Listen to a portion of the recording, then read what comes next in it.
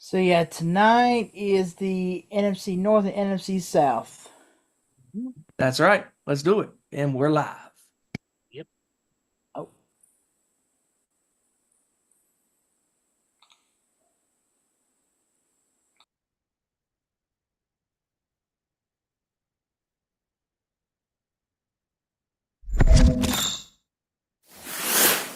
Our Nation Sports Show. Tonight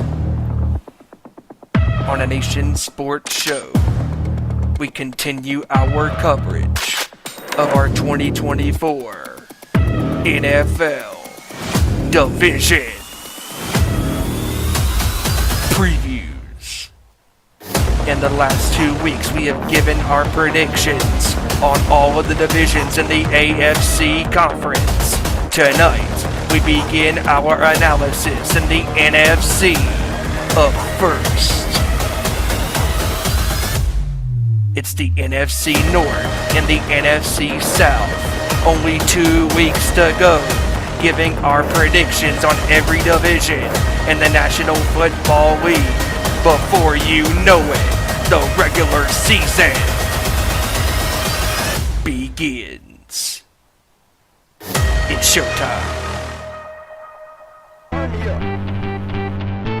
Turn me up. Turn me up. Turn me up.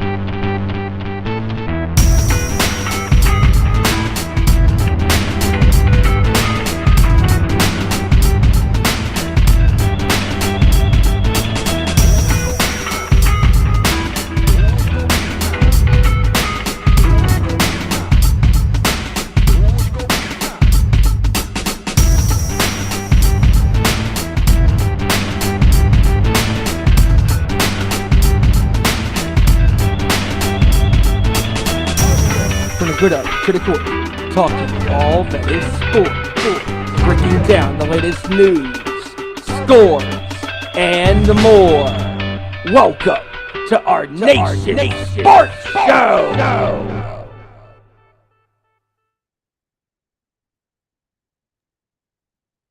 All right, here we go, ladies and gentlemen. We are here, we are live, and it is time to rip it and rip it. Our Nation Sports Show is live. We thank you guys for joining us. I am Mr. Vickery, of course, and it is great to be here on a lovely Tuesday evening here. We got with us, of course, our usual crew. We'll get to them in a second. And we got a lot to get into on today's show, ladies and gentlemen. We got the NFC North, NFC South predictions.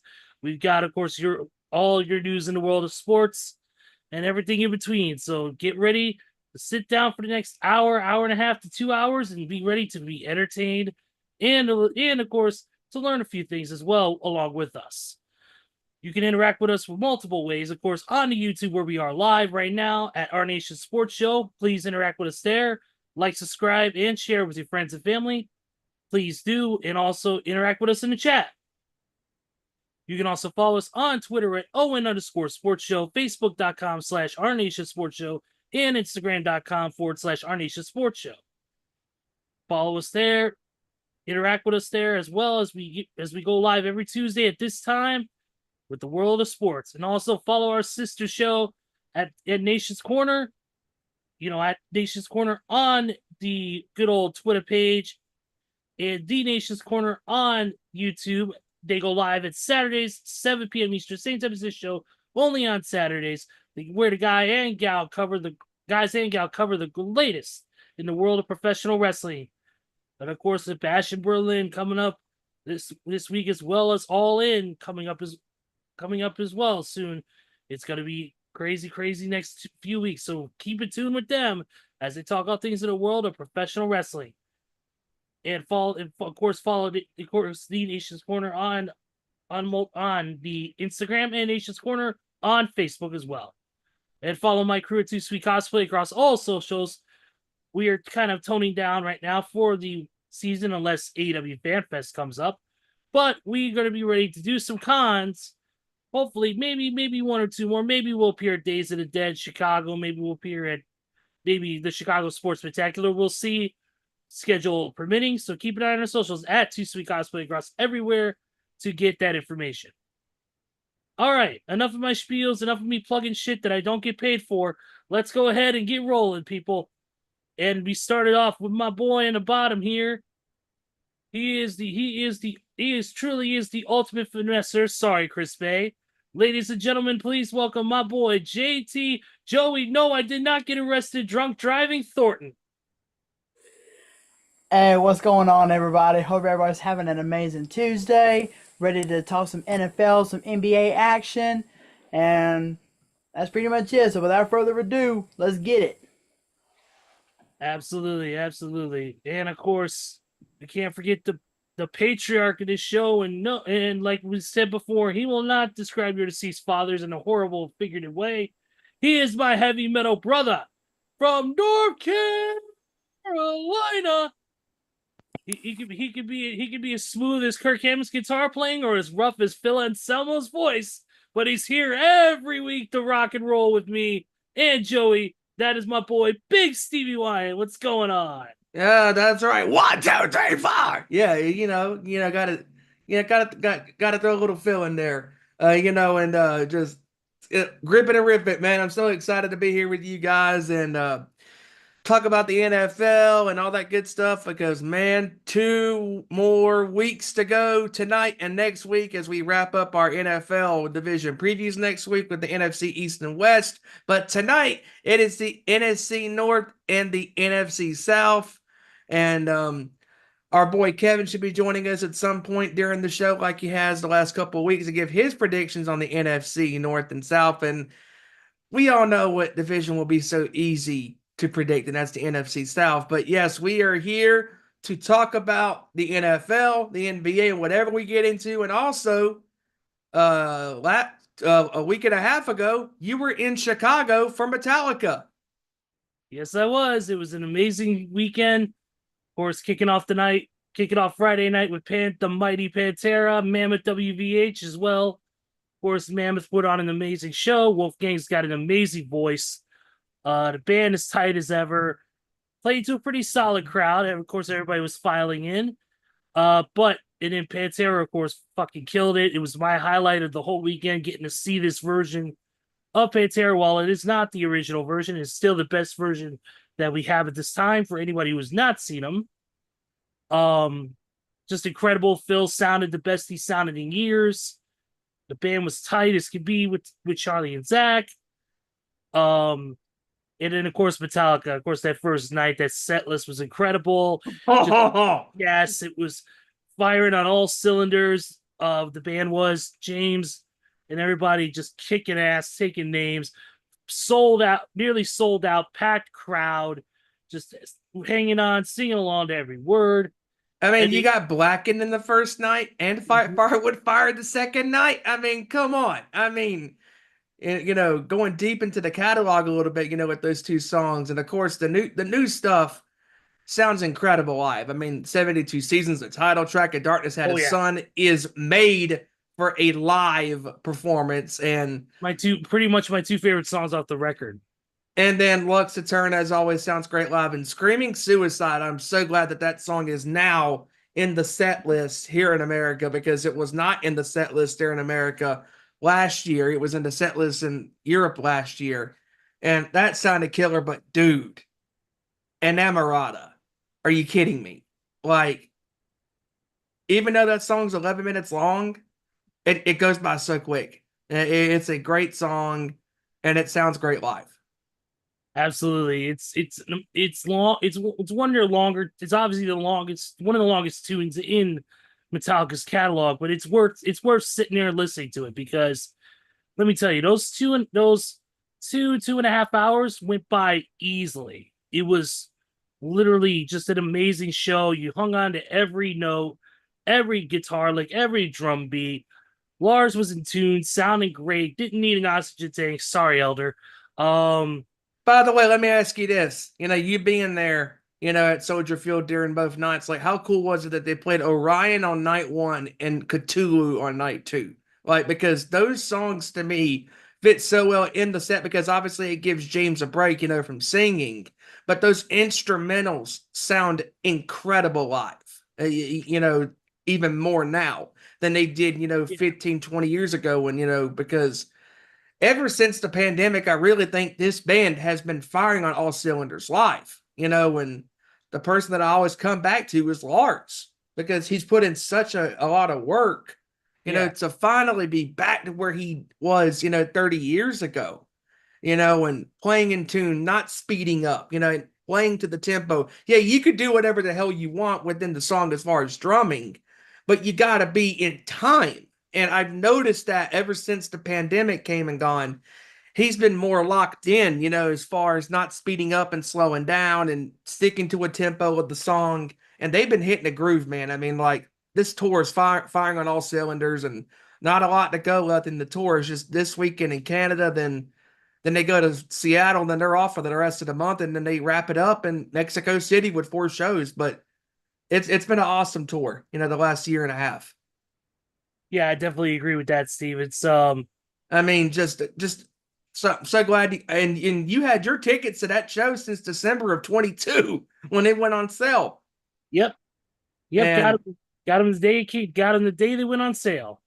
so like for you, and I know we're a sports show, but I have to ask this because you were there. So when you were watching the show and these songs were popping up, like Ride the Lightning and King Nothing and all these other songs that especially like the load tracks that don't really get played. But since they're doing two sets, so they can do like the Harvesters of Sorrow and and stuff like that, and Ride the Lightning and very cool that you got The Day That Never Comes as well. But just I know I was like, because thanks to social media, I was checking it out as it happened live, through the crowd, and I was like, because the audio, I will say this, I don't know who had their phone out during the show, but I was blown away how good the audio sounded because it captured how good, like as the show was happening live, and I could tell whoever was in there, sharing the, their live feed, for those that can't be there, I appreciate that. And for what I could tell, the audio in that stadium sounded fantastic.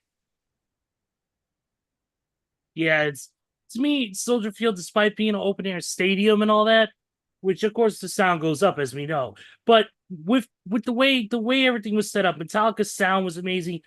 I know Mammoth originally the sound on their set wasn't great at first, but they got everything in tune by like the second song. Maybe it was the mix was a little off, but also too, I think, having more bodies, more people around, I thought it sounded better as the moments progressed.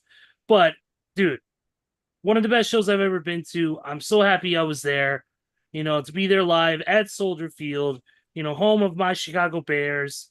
Once again, first time in probably since I would say 2016. Yeah, 2016 when I saw Guns N' Roses. That was the last time I was in Soldier. Real quick, didn't you see them with Alice in Chains on that run? Yes, they were. Yeah, Alice That's what I remembered. Yeah, that was my second time seeing Alice in Chains too. So as far as the set list is concerned, because the set list for both nights was incredible. Like just a selection of songs. Like for you, besides, what was a highlight for you? On both nights, like songs that you did not expect or songs that you did expect. Like what songs, had you so excited? For me, one of the biggest ones, I mean, as far as all the bands for me, or as far as Metallica goes, I mean, of course, hearing the instrumentals, like you said, Cthulhu, Orion, just an incredible thing to hear Orion live, and it's just difficult, probably for me as a fan of, I would say definitely hearing 72 Seasons. Like I said, it's one of my favorite. It's my favorite. Probably one of my top 2 tracks off the new album. But for me, hearing Fuel. I was just thinking that Fuel because Fuel Live and Master. Though just on night one. And those flames on Fuel. Whoo! Dude, you want to talk about getting singed, like for real, bro. Dude, I swear, I felt like a fresh cooked piece of meat out there with all that fire, man. It's like It's like feeling the flames up close when I was at an AEW show one time, Right? where I was close to the freaking stage and I felt like I was gonna get freaking cooked. I was like, ooh, ooh, ooh. Did And was there and power also the on, hold on, Steven. Blackened as well? Huh? Was there power also on Blackened? Yes. And also, dude, the other one for me, I'm looking back at the set list now. For me, the other one for me is of course, For Whom the Bell Tolls, obviously Of course. MDK all fucking day. But and yes, I did throw up the MDK while I was there. Hell yeah. Of course. That for me, and also to hearing Moth in the Flame. Of course, I like that off. And probably for me, the biggest one is off of night 2 would have to be outside of For Whom the Bell Tolls, probably Ride the Lightning, because Ride the Lightning is in my top 2 Metallica albums of all time. But And what's crazy, thinking about it too from a set list perspective, and Eddie Trunk has said this on his show as well. It's crazy how predominantly, even if it's a single show, but since they're doing 2 shows, on this last year and a half run, predominantly they're playing stuff from Ride the Lightning. And that's incredible because Ride the Lightning it's their second album. So basically during Chicago, you got almost the full album played. I mean, yeah, Creeping Death, Fade to Black, Fight Fire with Fire, Cthulhu, For Whom the Bell Tolls, and the title track. I mean, just unbelievable. I mean, what song don't we hear off Ride the Lightning?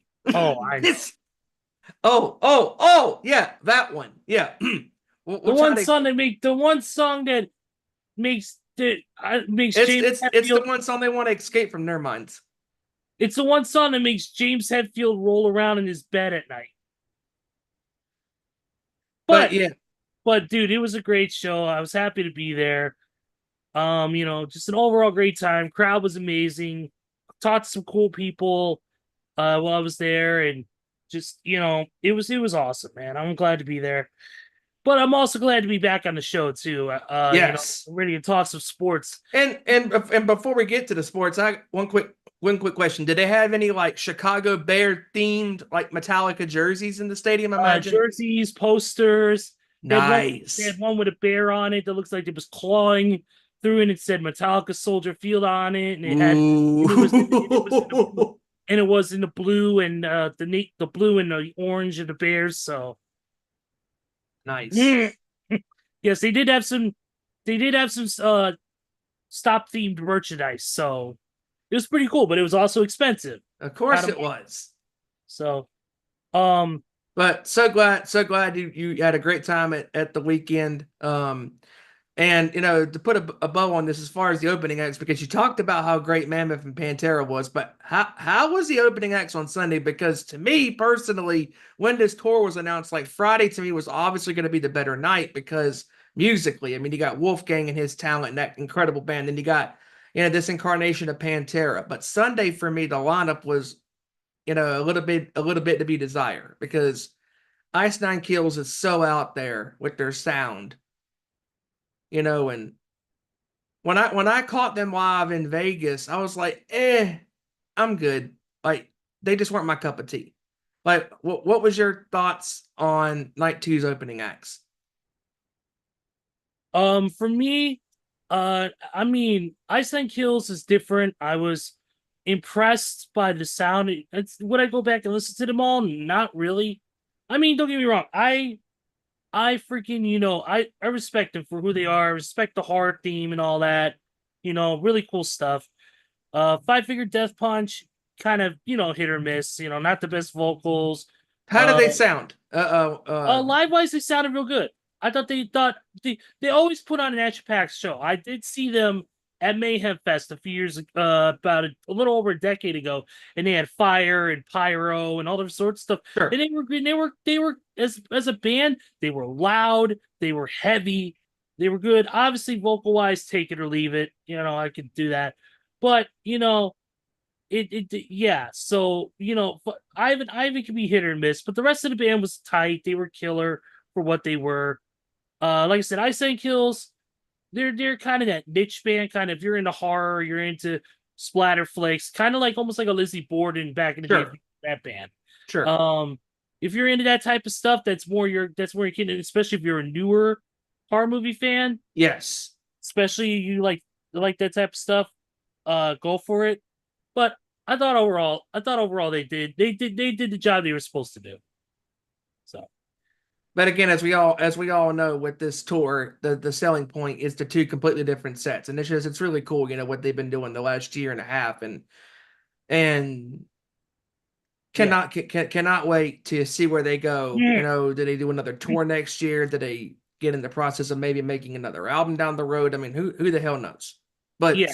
so glad you had a great time over the weekend, a week and a half ago in your stomping grounds in Chicago, your home away from home. Being in the stadium where the Bears play, and we are going to talk about your Bears tonight because, as we all know, we are a sports show, but I have figured that we had to talk about the music thing at the top of the hour because, since you weren't on last week, I just wanted to kind of get your perspective, from being there in the crowd. And I'm so glad that you had a great time and got to experience this, two completely different sets, and just, again, set list killer.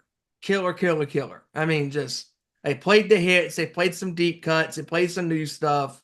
Just a great, just awesome. Yeah, absolutely, man. Let's get right into what we came here to do, and that is obviously sports. And ladies and gentlemen, I mean, obviously there's a lot to get into. I mean, there's a good amount to get into. I'm not gonna say a lot, but there's a good amount to get into. We're gonna give it a little time until our boy Kevin Rory shows up. Real quick. I mean, I do want to get into some other things, so let's go ahead and do that real quick. Let's just get into, since we're going to be talking, let's go ahead and get into, I mean, NBA has been kind of,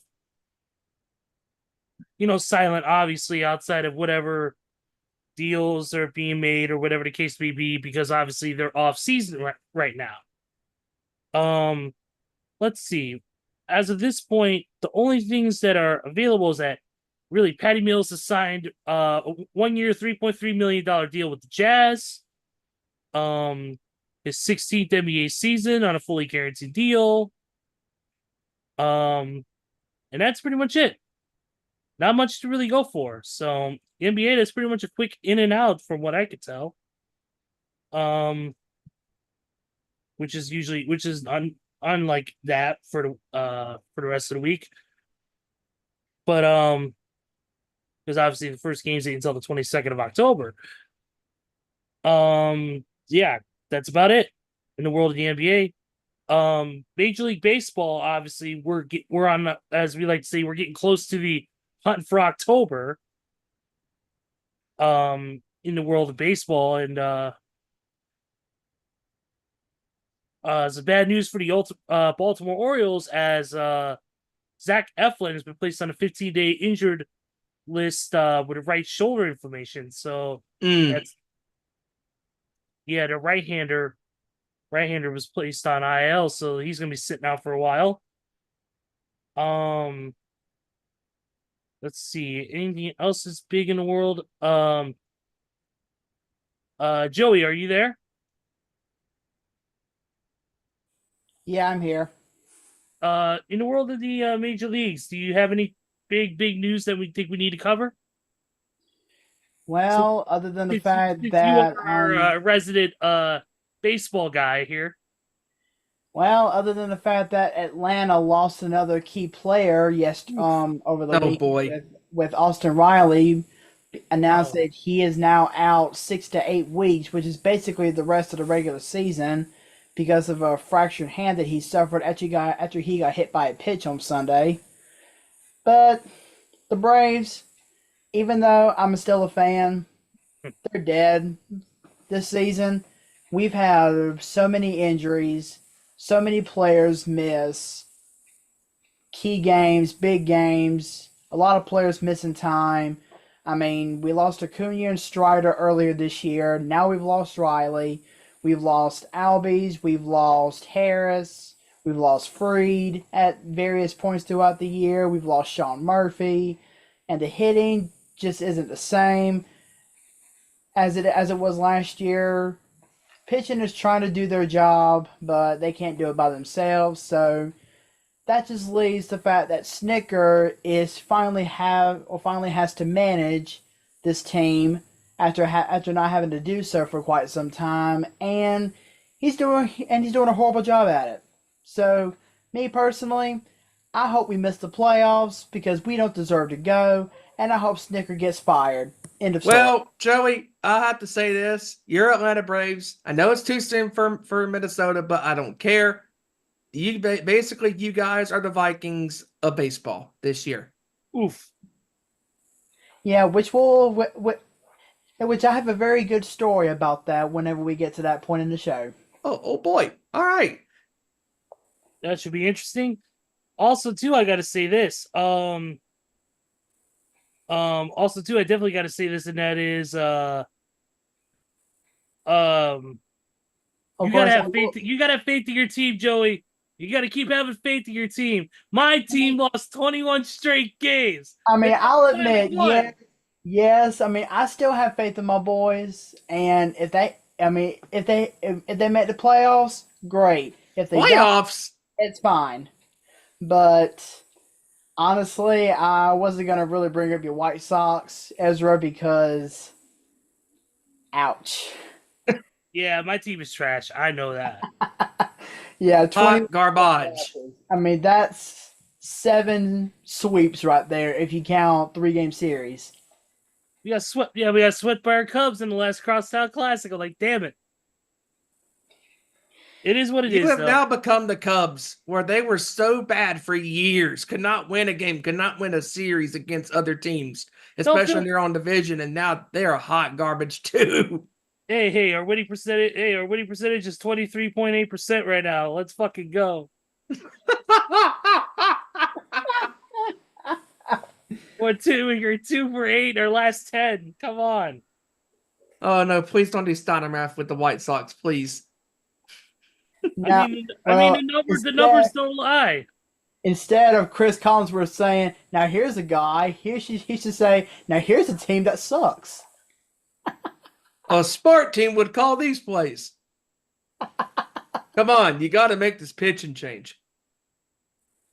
You changed to DH, huh? Are you serious? A smart manager would use this lineup.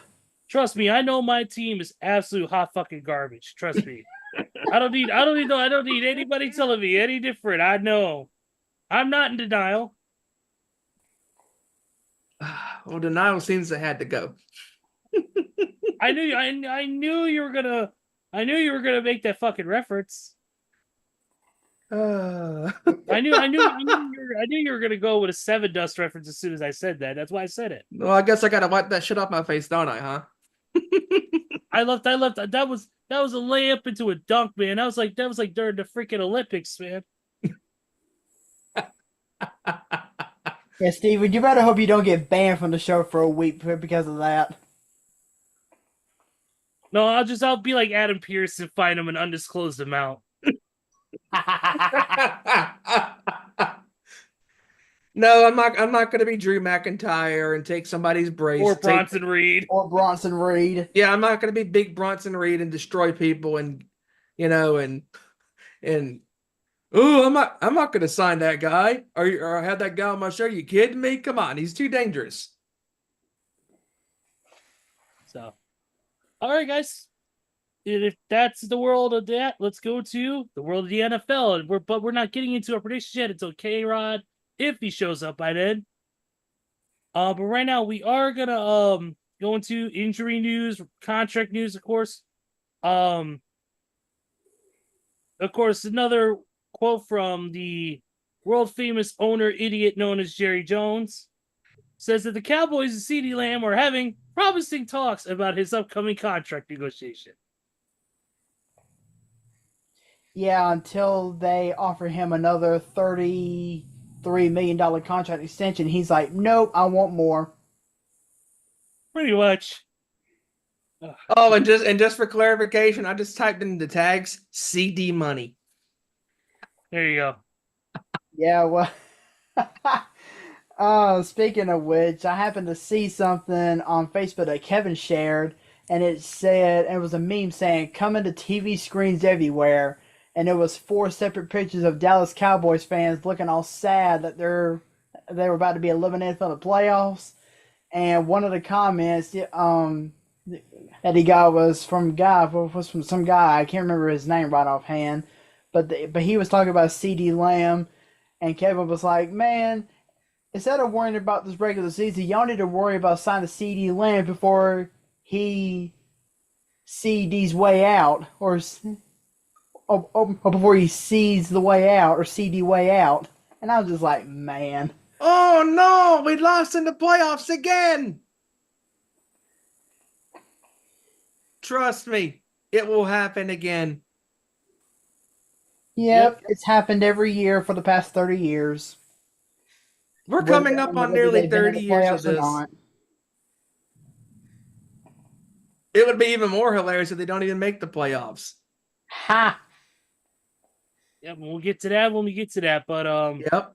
continuing on here, we got let's see, right here, according to Kyle Shanahan on the Brandon Ayuk and Trent Williams situations, 0 updates. Nothing's changed. Man.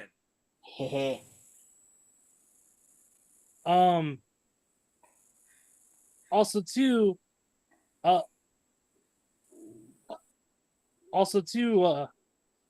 right here, Bills have announced their starters won't play Saturday against the Panthers. Same thing with the Bears. There are several Bills players right now that are out multiple weeks, according to head coach Sean McDermott, including Mitchell Trubisky, who's out with a knee injury, Marquez Valdes-Scantling, who's out with a neck issue, and Quentin Morris, who's out with a shoulder injury. Players who are considered week to week right now are Curtis Samuel with turf toe and DeMar Hamlin with a hamstring issue. Well, then again, why would Buffalo want to play their starters against Carolina? Because I mean, Buffalo's bench could even beat Carolina 30-0. I mean, come on. It's easy to beat Carolina. Steven, stop talking about your team like that. It's not talking about your team like that. What if I want to talk about them? And first of all, they're not even my team. Yes, they are. Just admit it. Hey, I'll just go to the Panthers, and I want to give them a kangaroo kick.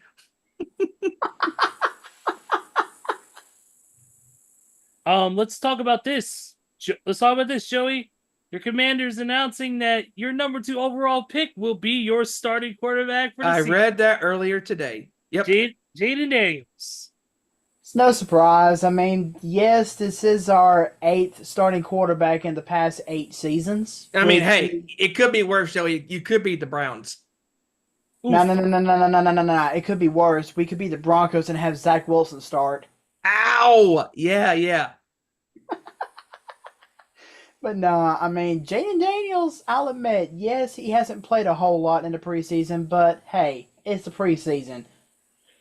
You got to give these 2nd, 3rd, and 4th stringers a chance to make the rosters also. But in the action that he has had in the preseason, I'll admit, Jaden Daniels has looked pretty sharp. He really has. I mean, yes, he hasn't passed for a touchdown yet, but he has ran for one. It's just one thing that he needs to work on, and I've read several articles about this.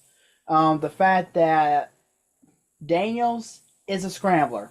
I'll give him that. It's nice to have a dual threat quarterback on the roster again. But at the same time, if you want to avoid becoming RG3 2.0, you have to get down and not get hit.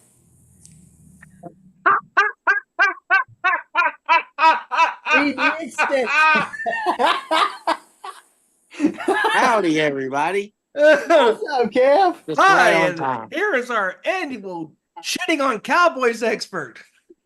Actually, today I'm shitting on the Pittsburgh Steelers with the two cheeks quarterback system that they have.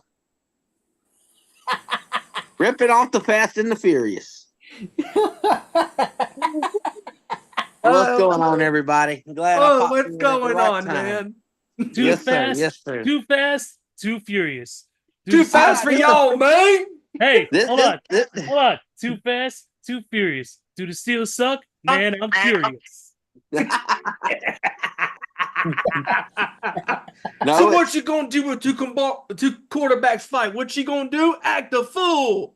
No, it's two ass, two cheeks. I'm too trash for you, man. Because that's what the Steelers quarterbacks are. Oh my God. Oh God, I love when we go off the rails. It's great. Okay. Well, this is the first time Ezra gets to see my name at the bottom then this week since he wasn't on last week. And hopefully the guy can see the extension because Jerry Jones don't want anybody to see the money, apparently. Well, I mean, if CD doesn't see that extension, like you said in one of your comments that I happened to see earlier in the week, He'll be seeing D door. CD way out. Yep. That's what's going to happen. You know what's funny, Kev? Before you came on, I did tell these guys I did put in the tag CD money.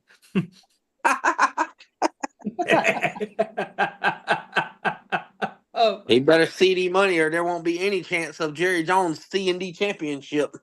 Well, that ain't going to happen no way. that'll never I was happen. about to say, that hasn't happened in 30 years. What makes everybody... Well, there goes that snowball's chance in hell at all then at that point.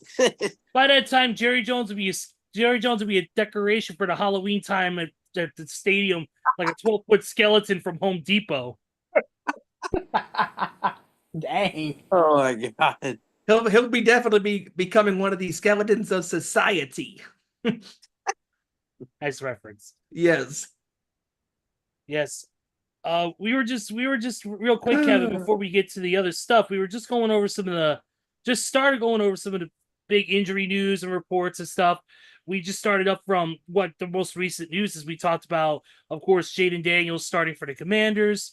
We got into that. We got into, of course, the comments from your head coach stating that nothing's changed in the toss with Brandon Ayuk or Trent Williams. Well, actually, that actually is kind of false.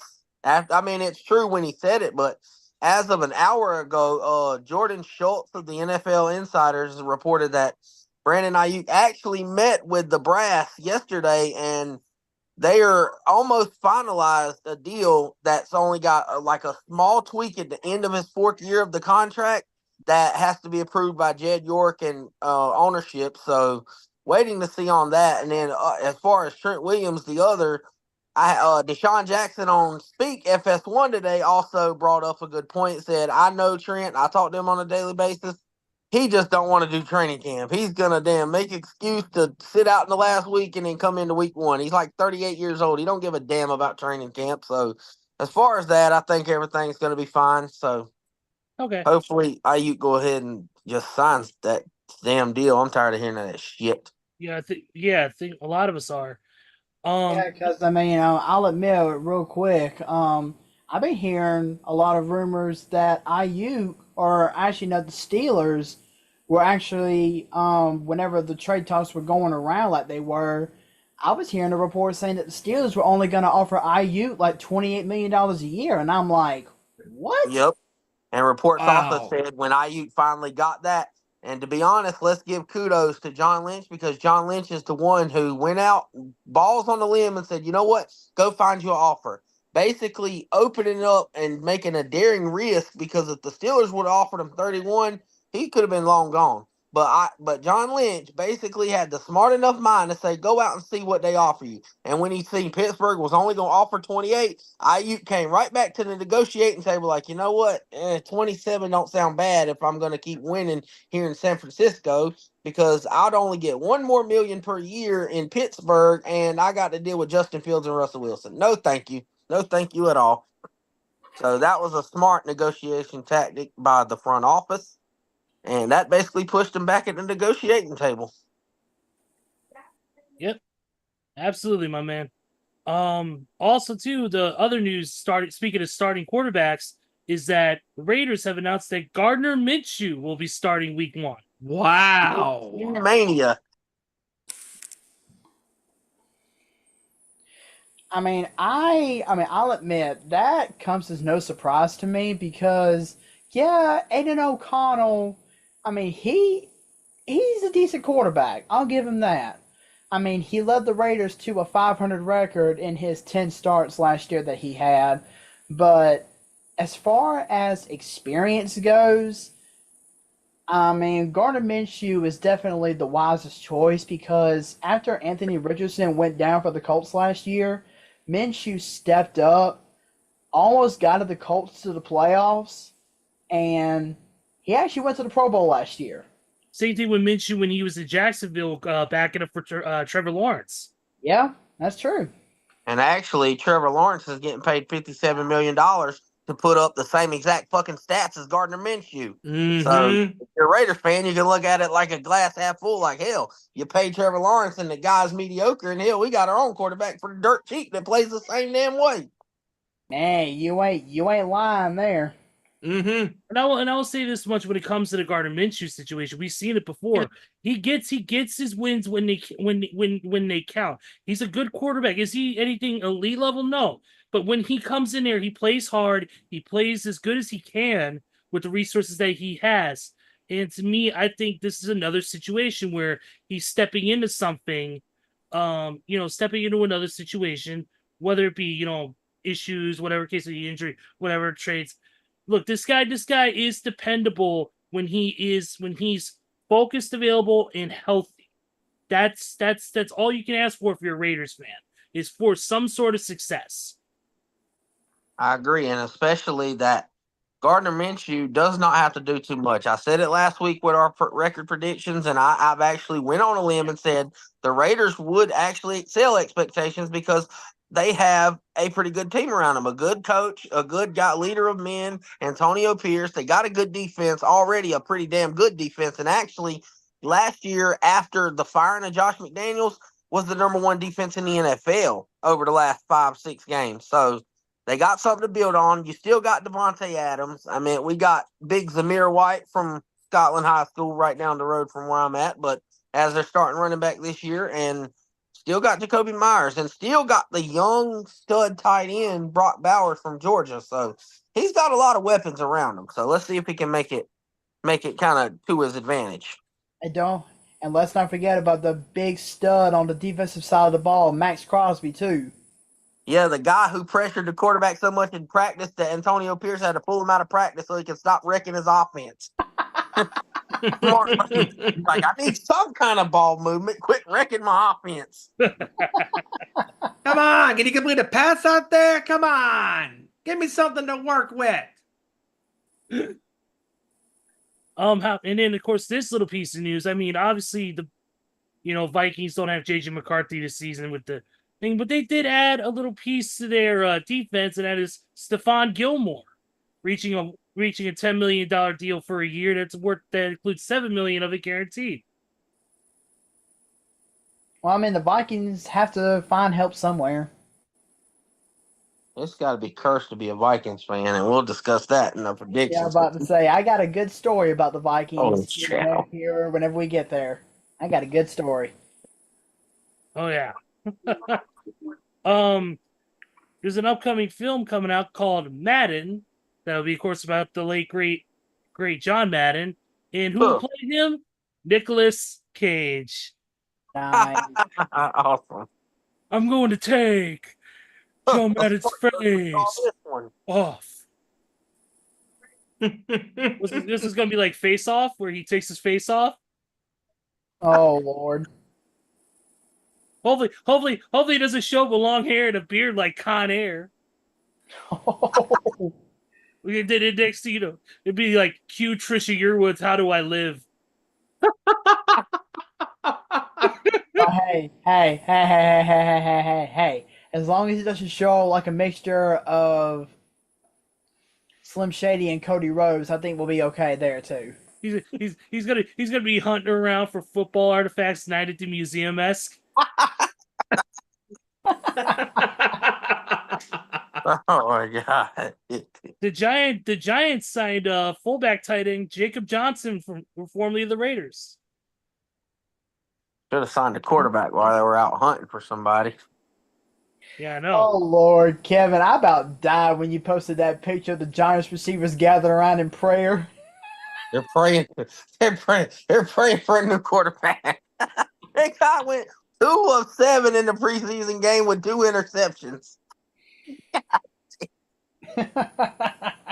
Let's just hope that the Giants don't start out with a 40-0 loss. Oh God. Let's talk about this. Justin Simmons, former safety Denver Broncos, signed with the Atlanta Falcons. Another good move by Atlanta. Good move by Atlanta. Yeah, because they got Raheem Morris also too with their new head coach. Mm-hmm. Yep, they also traded for Matthew Judon of New England. Yes, as they a did. backup. Yes, they did.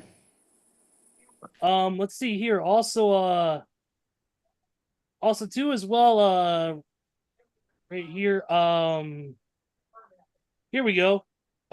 Bills Pro Bowler Matt Milano unfortunately suffered a torn bicep and will be out indefinitely.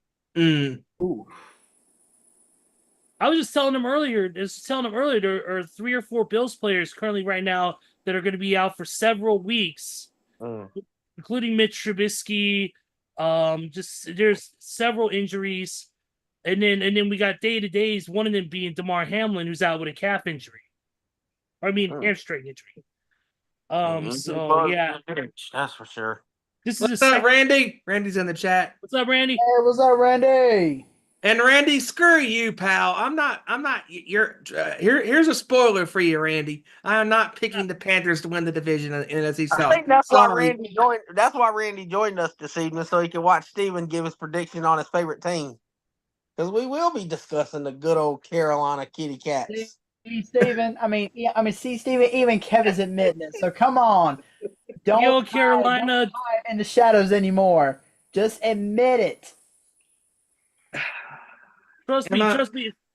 If that team ever goes away, there will be more homeless cats than after a hurricane.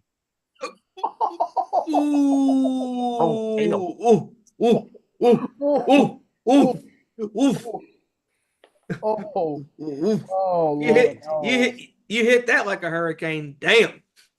Oh. Who? Feel bad for Carolina on that one.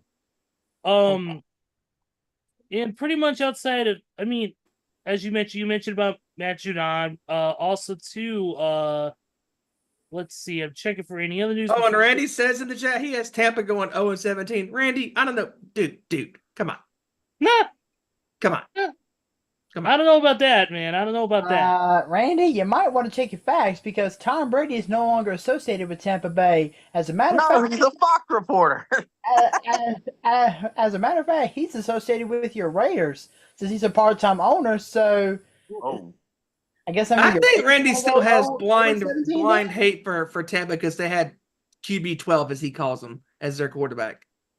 Oh, did we forget to mention that the Vikings, because they moved J.J. McCarthy to injured reserve, that they signed Matt Corral? No, they didn't. Holy cow. Wait. Former Panthers quarterback. Oh, you are fucked with a capital F. Yeah, because now look at their great quarterback rooms. Sam Darnold and Matt Corral. The two former Panthers. Holy shit. Justin Jefferson better be lucky he's got 35 million. Two former Panther quarterbacks. You know what? Justin Jefferson. Don't forget about Nick Mullins too. The guy. And Justin Jefferson, at least he got paid. Lord. He's got $35 million. He's got 35 million reasons to put up with this bullshit this season. And it's all cash money. Or he would have been out of here. Oh, Minnesota, you are forever screwed this year. And one more thing, and of course we got to talk about, obviously next week, this coming week is a big week. And you know what that is? The return of College Game Day Live. Yep. Yes. Obviously, unfortunately for us wrestling fans, that means until January, we are going to lose the great Pat McAfee. However, he will be on College Game Day Live. And this week, as the guest picker, will be the former world champ, Celtic Warrior, Sheamus. Nice. Nice. I think we're going to miss out on Pat McAfee for a while, but he's going to bring the excitement to college football. Let me just say that. Yeah, College Game Day Live is going to get interesting. Yes, and I'm also looking forward to seeing what Nick Saban does on College Game Day this year. Randy. You know what? They should just – I'll tell you what should happen in the NFL and college football. Have you ever watched this show called Bar Rescue where guys that are professional come rescue? They should have team rescue with Nick Saban and Bill Belichick. Like, they should just go rescue, tell you what the hell to do to fix your damn team. And they should start with the Carolina Panthers. The Carolina Panthers would take up a whole season. That on Netflix. Hey, you know what? And the Cowboys episode will get canceled after the first episode. No. I think this series should be deleted. Hey, Thank you, Tobin. If it'll take a year, for the Carolina Panthers, it'll take 30 years for the Dallas Cowboys. Their next 30 years won't be the best years of their life. Pull the Tim McGraw reference. Yes, I did. dear God. Yes, I did. Not just pull a Tim McGraw reference. Yes, I did. Good Lord, What Lord did have you do? mercy. Yes. Why did I even join this show? Good Lord. It's not even a Tim McGraw reference, it's just the chaos. I'm gonna request a trade. Oh my You're god! seriously, you don't get fined. Yeah. Oh. You're gonna request a trade, but like that one player, your head coach is telling you you're not going anywhere. How about no? You ain't going anywhere, boy. Hassan Reddick. Hassan Reddick said, I wanted to get traded because I wanted to get paid. So Philly trades me to New York. Now they don't want to pay me, so I want to trade again. The New York general manager, sit down and shut up. You're not going nowhere. We're ready to dress up for week one. Oh man. Man. Let's go ahead and let's get to it. Let's get to it now. It is our predictions for starting off with the NFC North. And of course, let's do it. And the NFC North is, of course, the Chicago Bears, the Green Bay Packers, the Minnesota Vikings, and the Detroit Lions. Man. Who's gonna start? Who's gonna start this one? I'll start. Go, Joey. I'll start because it's time to tell my story, and it's called The Downfall of the Vikings. It all started early in the offseason when Kirk Cousins decided, you know what, I don't want to play here anymore. I want to go to a team that shows promise. So he gets shipped off to Atlanta. Then number 2 receiver Jordan Addison gets arrested for a DUI. Not that big of a deal. He might face maybe a 1 or 2 game suspension. Moving on. Then the Vikings lose more players due to free agency and injuries, and they're just like, well, we still got the NFL draft coming up, so let's see what we can do there. The one and only plus of the story, they draft the national championship winning quarterback, J.J. McCarthy from Michigan, automatically puts him with the first team, and he plays great. I mean, he does well in OTAs, does well in training camp. Everything is fine. But then, after the first preseason game, he goes down with an injury, torn meniscus, out for the rest of the year. And then the Vikings go back down the roller coaster. And then to make matters worse, even though it's not a serious injury, Jordan Addison gets carted off the field with an ankle injury. And yeah, that's pretty much it. So, Minnesota, all I have is just one thing to say. Enjoy your one-way ticket in football hell, because that's where you guys are going to be this year. With that being said, the Vikings are going to finish dead last. I mean, I'm sorry. I mean, apologies goes out to Jay Jettis, but like Kevin said, he's got 35 million reasons to stick around. And who knows? That might be good. But then again, we can all dream, right? So, with that being said, my number 3 team is a team that definitely showed a lot of promise in the draft. A team that can go a long way if they choose to, but I'm giving them maybe a year, possibly 2 to rebuild a little bit, and that, of course, is the Chicago Bears. I mean, Chicago, I can see them with the number 3, finishing 3rd in the North this year because, I mean, Caleb Williams, I mean, you can't attest the fact that the guy is not a good quarterback because he went number 1 overall for a reason. I mean, the guy is an elite passer. He's got true playmakers surrounding him. with DeAndre Swift at running back, and then of course Keenan Allen at wide receiver, as well as the top wideout from Washington, Roma Dunze, who's expected to be the number 2 receiver for Chicago. So, and a plus, Chicago on defense, I say they definitely look a little bit stronger. Still got a little bit of work to do. But Chicago is definitely going to finish 3rd in this division this year.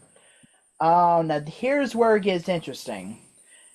A lot of people are saying that it's going to be a dogfight between the Lions and the Packers this year, and I agree with them. Because the Lions and the Packers, they are definitely the 2 best teams in this NFC North. But my number 2 team in the NFC North this year is going to be the Packers. Because the Lions, they are just coming off an NFC Championship game appearance, which was their first in several years. And Detroit, they have such elite talent, but I'm gonna get to Detroit in just a minute. But the Packers, I mean, the Packers, whenever they drafted Jordan Love back in 2020, they knew that he was going to be their quarterback of the future. Just like several years prior, whenever the Packers drafted Aaron Rodgers, they knew he was going to be the understudy to Brett Favre. Brett Favre finally moved on. Aaron Rodgers became the starter. He shined for several years. Now he moves on. Insert Jordan Love. And Jordan Love has not disappointed. I mean, the Packers are going to be coming into this season on a 3-game winning streak in the regular season. And the Packers, yeah, they lost Aaron Jones via free agency. But in my opinion, they actually improved by getting Josh Jacobs. Because Josh Jacobs is definitely more of a playmaker, in my opinion, than Aaron Jones is. Because now, for several years, the Packers were running the 1A and 1B running back sets with Aaron Jones and A.J. Dillon. But now, the job belongs solely to Josh Jacobs. Because both Aaron Jones, of course, went to Minnesota, and A.J. Dillon is gone as well. So the job is now Josh Jacobs fully.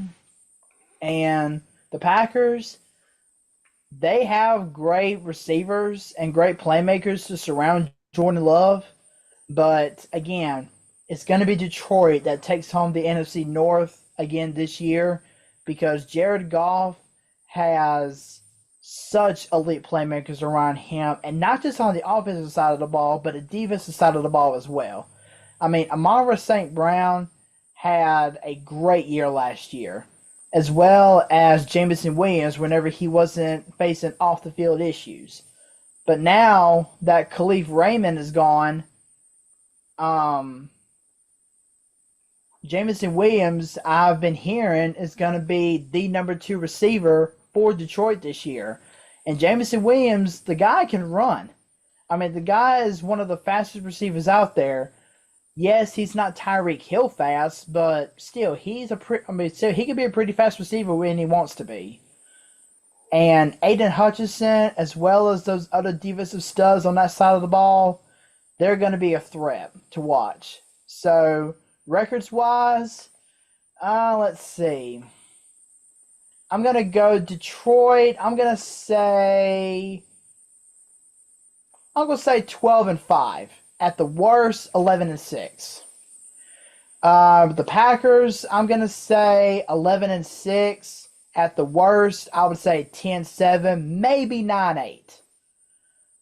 For the Bears, they definitely show a lot of promise. But like I said, this is going to be a rebuilding year for them. But at the same time, it's not really going to feel like it.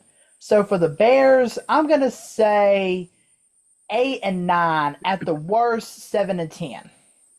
And then for Minnesota, I mean, we got to give them at least a little bit of hope, but not much. So for Minnesota, I'm going to go 4-13. Yeah, I kind of am going to stick with the same route, but I'm going to start from the top and go to the bottom. I think Detroit has the second best overall roster in the NFC, just behind the San Francisco 49ers. Roster wise, got a good quarterback. You got that tandem, that two-headed monster at running back, and David Montgomery and Jahmyr Gibbs, basically flash and dash and thunder and lightning.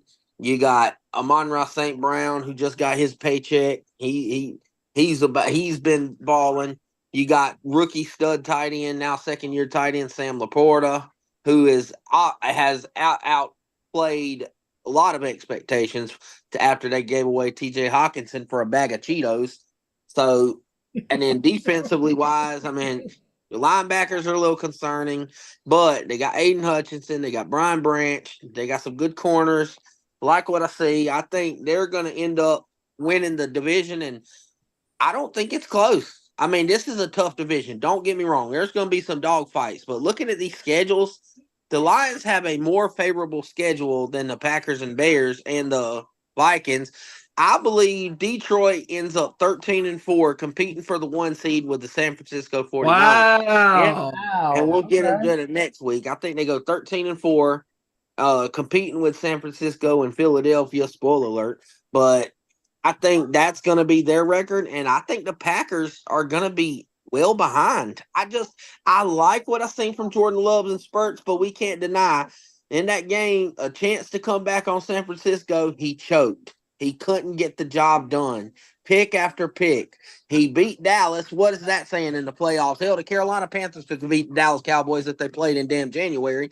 But I think the Packers, they have a lot of promise. They basically traded a great running back for another great running back. You let Aaron Jones walk, but you got Josh Jacobs in. So, I mean, that's a wash.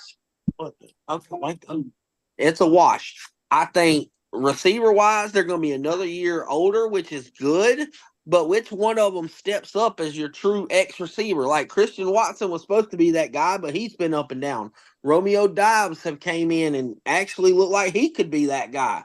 Which one of them truly enough makes that step? And questions about their offensive line. They lost a lot there.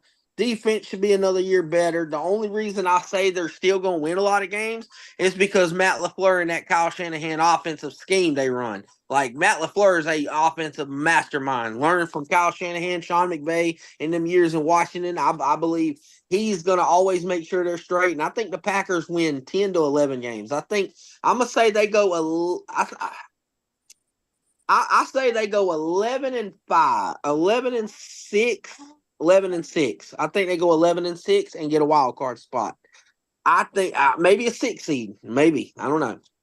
Third, I'm going to go with Chicago, and I'm about on the same route. It's rebuilding, but it isn't because they have been rebuilding. I mean, and all these people, I'm sure Ezra's sick of hearing it, try to blame the offensive line for Justin Fields holding on to the damn ball longer than the damn commercials on the TV. You're supposed to let go of the damn ball. He's holding the ball 8-9 seconds, running around, looking around until he gets hit. He's doing the same damn thing in Pittsburgh right now. That's not the Chicago offensive line. That's the quarterback not making a good decision. Caleb's going to let go of that damn ball. I'm telling you now. He's going to make the right decision. He's won a Heisman for a reason. He has a cannon for a reason. He's a playmaker for a reason. He's going to let go of that damn ball. I believe Caleb, and I won't say would be in the best situation out of the rookies, but he's in a pretty damn good situation because of Swift, because of they just paid DJ Moore. They got DJ Moore locked up for Caleb Williams over the next 5 years. So they got DJ. And then you traded for Keenan Allen of the Los Angeles Chargers. Now he's going to be a big-time playmaker. And I love the Chicago Bears basically admitting on draft night they used Keenan Allen is basically a 1-year rental. Like, yeah, we'll take you, but we don't want you long term. We want you to help Caleb. But Rome Odunze is going to be our guy that's going to step into the number 2 after next year. Right now, he's going to learn from Keenan, maybe play the 3 in the slot, but Keenan's our guy. And then after this year, we're going to rock with Rome at the number 2. So, and then I like Cole Kmet, good tight end. Loved him playing tight end. If they get the ball, Justin Fields another. Never could get the ball to Cole Kmet. I don't understand why. I think Caleb does. A tight end is a quarterback's best friend. I think Cole Kmet's going to have a breakout year this year. And defense has not been a problem for Chicago. The last 6 weeks of the just like the Raiders, the last 6 weeks of the season, that defense has been balling. Like up until that Packers game at the end of the year, Chicago's defense started turning up, and they went and acquired Montez Sweat from Washington. They re-signed Jalen Johnson from corner. So I think Chicago's made a lot of progress. But just like CM Punk said on first take, wait and see. Because I've seen the shit they've done over the years. Wait and see. So I'm going to say Chicago, I'm going to give them the benefit of the doubt. I think they finished over 500 because of Caleb Williams. I think they finished 9-8. And I feel like they compete for the number 7 wild card spot. I'm not saying they're going to get it. I say they compete for it because of Caleb Williams. And I'll go ahead and throw one out for you. I think Caleb Williams finishes in the top 5 or 6 for not just Rookie of the Year, MVP. I'm calling it now. I think he's going to have that good of a year. It's going to be like rookie Cam Newton. Like, it's going to be that kind of a year for Caleb. And last, man, if they were healthy, I'd say Minnesota would be competing with Chicago for 9 and 10 wins. I really do. Because this is why I said Caleb is in a good position. But I tell you what, I think J.J. McCarthy, fully healthy, was probably the best scenario a quarterback can go to because of look at the guys. Yes, Chicago got DJ, but let's be honest, DJ's not Justin Jefferson. Justin Jefferson's the best wide receiver in football. Mm-hmm. So J.J. McCarthy would be, if he was healthy, would be coming into a situation where he's got Aaron Jones to hand the ball off to. Probably the best offensive line out of any of the rookie quarterbacks, like in Washington and Chicago. Like Minnesota's got a stout offensive line, always has been.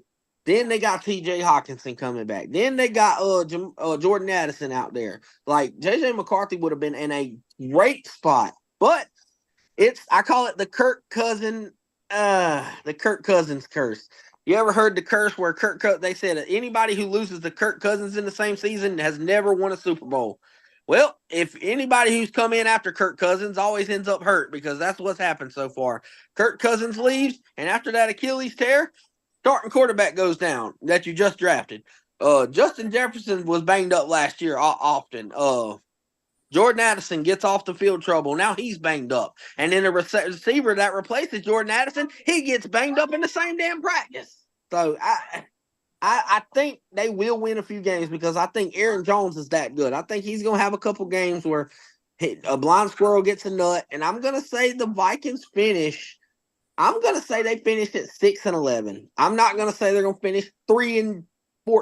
I think Sam Darnold, once in a blue moon, will have one of them games. And you know how division games go. They might upset Chicago.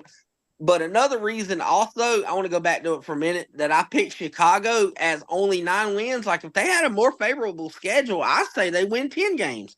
But I'm looking at their schedule, and in week 13 through 15, I believe, they're at Detroit, and on a short week have to come to San Francisco, then they're at Minnesota, and then they're home to the Packers. That is a brutal 4-game stretch for Chicago. I mean, you got to go against the 2 best rosters in football on road games and back-to-back weeks on a short week. 1 game on Monday night, then you go to San Francisco to play Sunday afternoon. That's going to be the only reason I say that. But I think there's still going to be a lot of reasons to be excited about this young team, especially Caleb.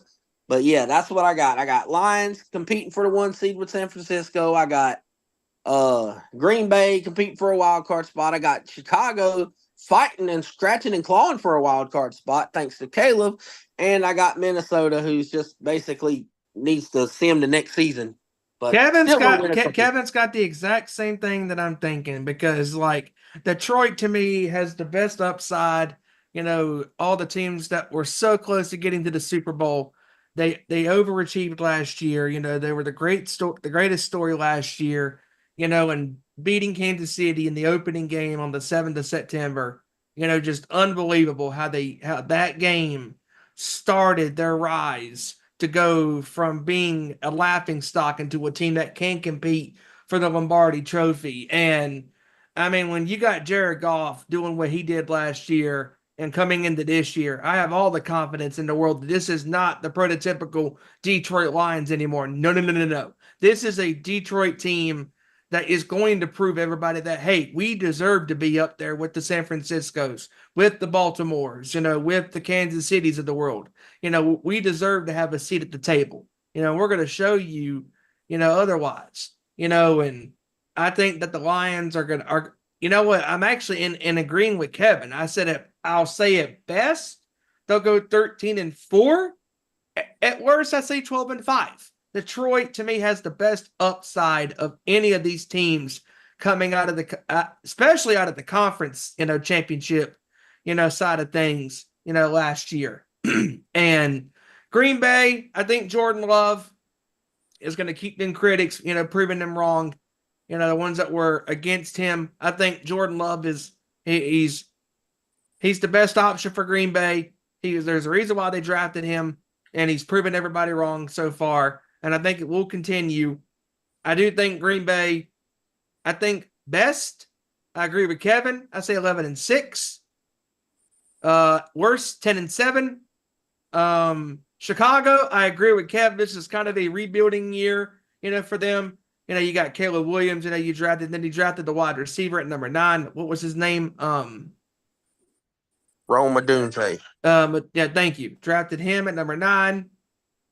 And Chicago's made some good moves in the offseason, and they're going to contend, and I think they can almost get a playoff spot. They're going to be scratching and clawing. I agree with Kev. I say, at best 10-7, at worst 9-8, and then you have Minnesota. And I'm actually in agreement with Kevin with this one, because I think there will be parts where they will get some wins, but if they're going to win games this year, they're going to have to earn them.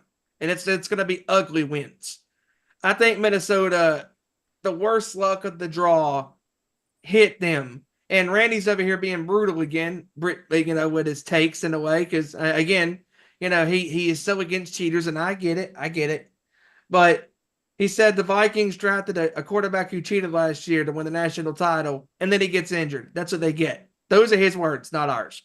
But you're right, Kev, when it comes to McCarthy's upside. If he would have stayed healthy and did not get injured, you got the best wide receiver in football, the best wide receiver in pro football right now, playing in the game today. You got, Jones at running back, who is a great, running back in the backfield, and who can also catch passes in the flat. And he's also a pretty damn good blocker too. Then you got, Addison at the second wideout. He's been banged up too, but the worst thing that everything could have gone wrong for the Vikings did go wrong. And I think Minnesota's going to be in for one hell of a long season. It's not going to be, because it's so crazy. Like you said, Joey, like Kirk Cousins leaves Minnesota, gets traded away and goes to Atlanta. Or no, I think he was a free agent, right? I think he was a free agent. You know what? I think he was a free agent. Yes, yeah. I believe he was a free agent. Yes, he was a free agent. Signed that $100+ million deal. I think Kirk Cousins saw the writing on the wall, in a way, because, yeah, they have talent, but it's amazing how when one, great player leaves an organization, this slow domino effect of a downward spiral just implodes, on a team. And this just so happened to happen with the Vikings. And it's not going to be a great year for Minnesota. And I agree with Kevin. I think they're going to go 6-11, but at worst, I'd say 4-12 or 4-13. And this is why I say it's always imperative that you try to get a backup quarterback who's competent because of that reason. I agree. How close was the Colts last year of making the playoffs because they had Gardner Minshew in the helm instead of not just some thrown away bomb trying to play behind Anthony Richardson? Exactly. That's why, like us, for example, went out and got Josh Dobbs because he proved he can play a little bit when stepping in for somebody else. So it's imperative that your team has QB2 that's at least competent to win a few games. So we'll see if Sam Darnold can do that, but I doubt it. Yeah, and real quick before Ezra gives his take, going back to what Randy said about the quarterback that won the national championship but cheated, I mean, I kind of have to disagree with that because JJ McCarthy, he wasn't behind me. He didn't have anything to do with what went down with Michigan getting suspended and everything, and Jim Harbaugh getting suspended and everything like that. Real quick, and also Randy says here in the chat, Minshew Mania, the team will carry them. Mad Max. I mean, McCarthy was just, he was playing the game that he knew he had to play. Mm-hmm. It was Jim Harbaugh and that front office for Michigan that was seeing all the trouble. They were the ones responsible for Michigan's off the field issues. And yes, they're still celebrating with that national championship right now. But it will not surprise me that maybe a year or two, maybe even 3 years down the line, that national championship gets taken away from Michigan, because it's happened before. I mean, think back to several years ago when Reggie Bush won the 2005 Heisman Trophy. He got it taken away from him, and granted, he was able to get it back, but at the same time, off the field issues with Reggie Bush got the Heisman Trophy taken away from him on a temporary basis. So once this whole investigation wraps up for Michigan, it's more than likely going to lead to that national championship being taken.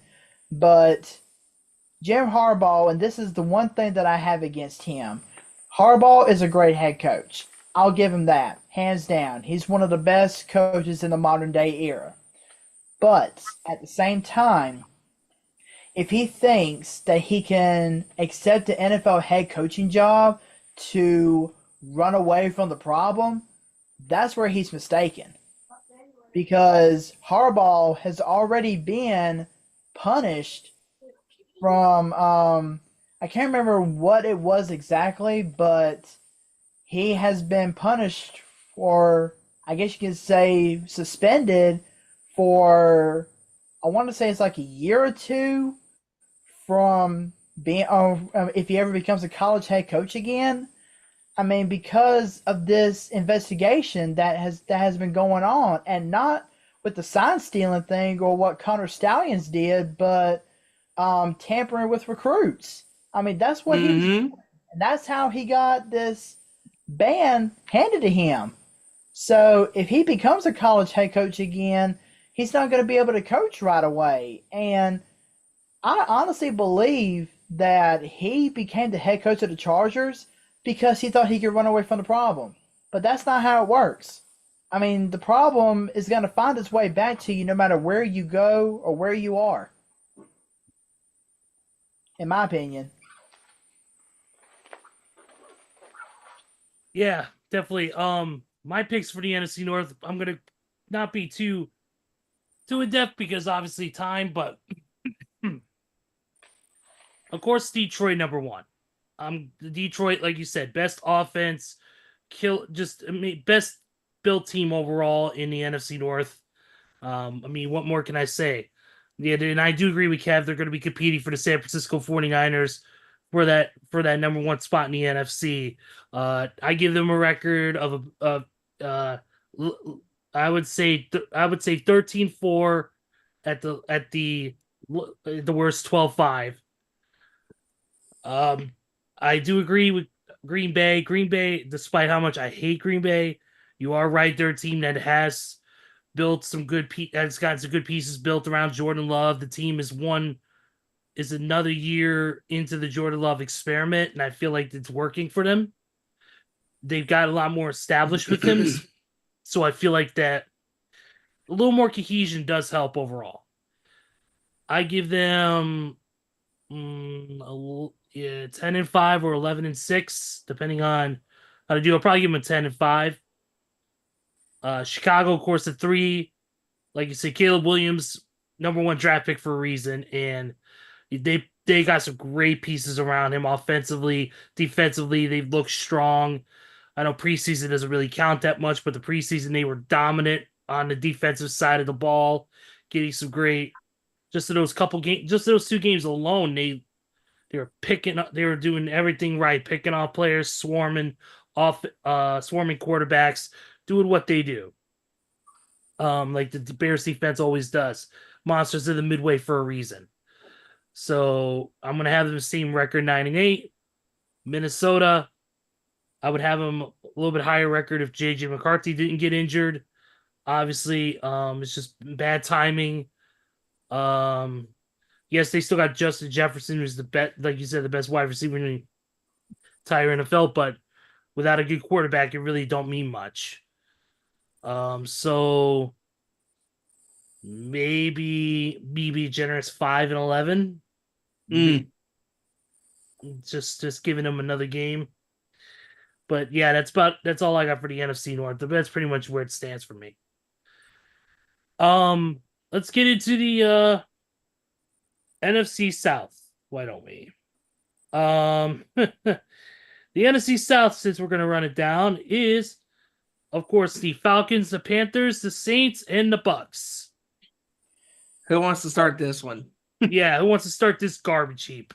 I'll go and start this one also, because after I give my thoughts here, I'm gonna have to get off here because I gotta tend to our little one that we have here.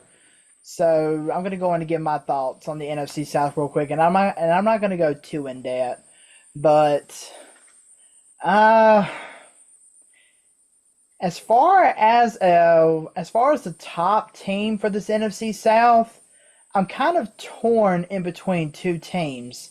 And that, of course, is the Bucks, and believe it or not, now that they've acquired Kirk Cousins, the Atlanta Falcons. Mm-hmm. I mean, those two are going to be the two teams to watch in this NFC South. I'm still going to give the advantage to Tampa Bay because of the playmakers that they have on both sides of the ball, but Atlanta is not going to be far behind them at all. Because I believe that Kirk Cousins is going to take their draft pick, Michael Penix Jr., under his wing and just really mold him into the, I guess you'd say, quarterback of the future. Because that's why the Falcons drafted him, because they're doing the same experiment that Green Bay has done the past several times with them drafting Aaron Rodgers to be Brett Favre's understudy. And then they drafted Jordan Love to be Aaron Rodgers' understudy. So I really think that's what Atlanta is trying to do here. But with Tampa Bay, I mean, you got one of the best wide receiver duos in the game in Mike Evans and Chris Godwin. You got just great playmakers. And, of course, I mean, who would have thought that we would say at this time 3 years ago that Baker Mayfield was going to be a stud for Tampa Bay? I mean, we never knew how good of a player, how good of a quarterback he actually would be, because of what he has done over the past couple years. And yes, Kevin, I'm seeing that Falcons Buccaneers picture of the trash cans, and I mean, yeah, the NFC South, I believe, is still going to be the weakest division, but I'm going to give Tampa Bay the nod here. I'm going to say Tampa Bay, I'm going to have them go 11-6.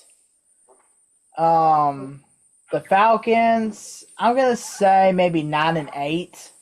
I feel like they could still have a little bit of effort, or still got a little bit of ways to go. Third place, I'm going to go with New Orleans. I mean, New Orleans, they are showing some upside. I'll give them that.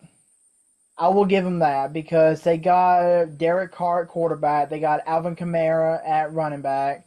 They got one of the best wideouts right now in that entire conference with Chris Olave. Yes, they finally got rid of Michael Thomas because they just let him walk in free agency. Saints. Hope he didn't injure his knee on the way out. Yeah, that's true. Saints, I'm going to have them go, I'll say 8-9, at the worst 7-10. And then the Panthers, Steven, you're going to have several boxes of Kleenexes by your bedside this year when you watch these Carolina Panthers. No, I don't. Yes, you will. No, I don't. Anyways, I mean, I'm not going to go too rough on the Panthers because I will. I mean they did improve their offensive line just a teensy bit, not by much, but I mean even a broken clock is right twice a day is what I'm going to go with here. Bryce Young, hopefully he won't be running around like his head's cut off this year. Um, and I mean the Panthers, this is still a rebuilding year for them, but I'm going to give them a little bit of grief, and I'm going to go. Let's just say 5-12 at the worst, 4-13.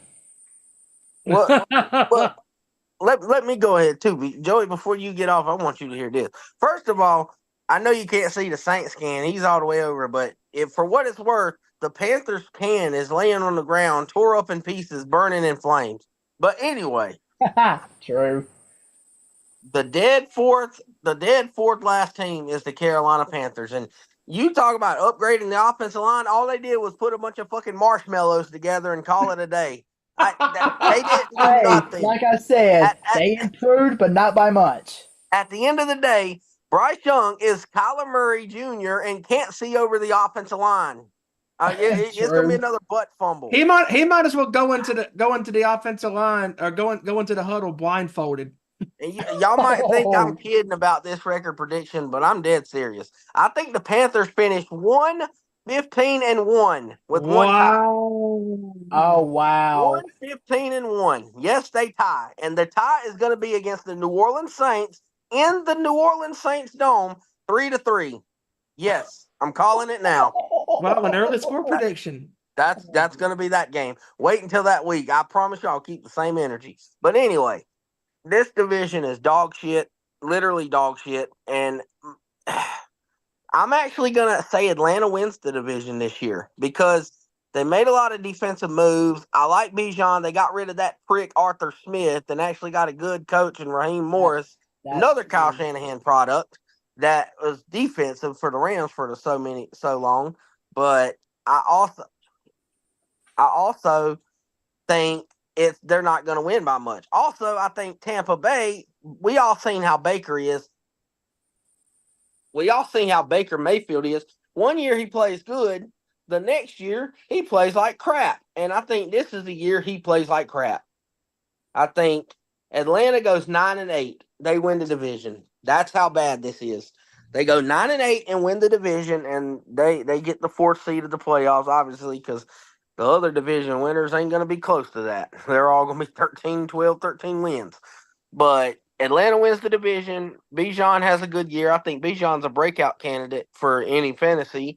And at 9-8, I think Tampa finishes one game below that. I think Tampa goes 8-9. I think Baker struggles, but they still got Mike Evans, so they're still going to be decent.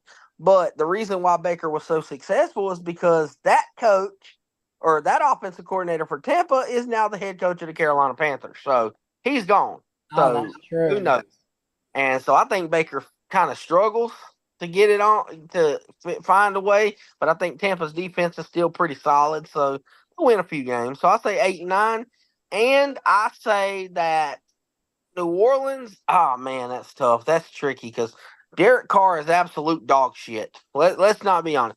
It would not surprise me that Derek Carr gets his job, which I'm hearing in training camp, gets his job taken by Spencer Rattler of South Carolina by week 5.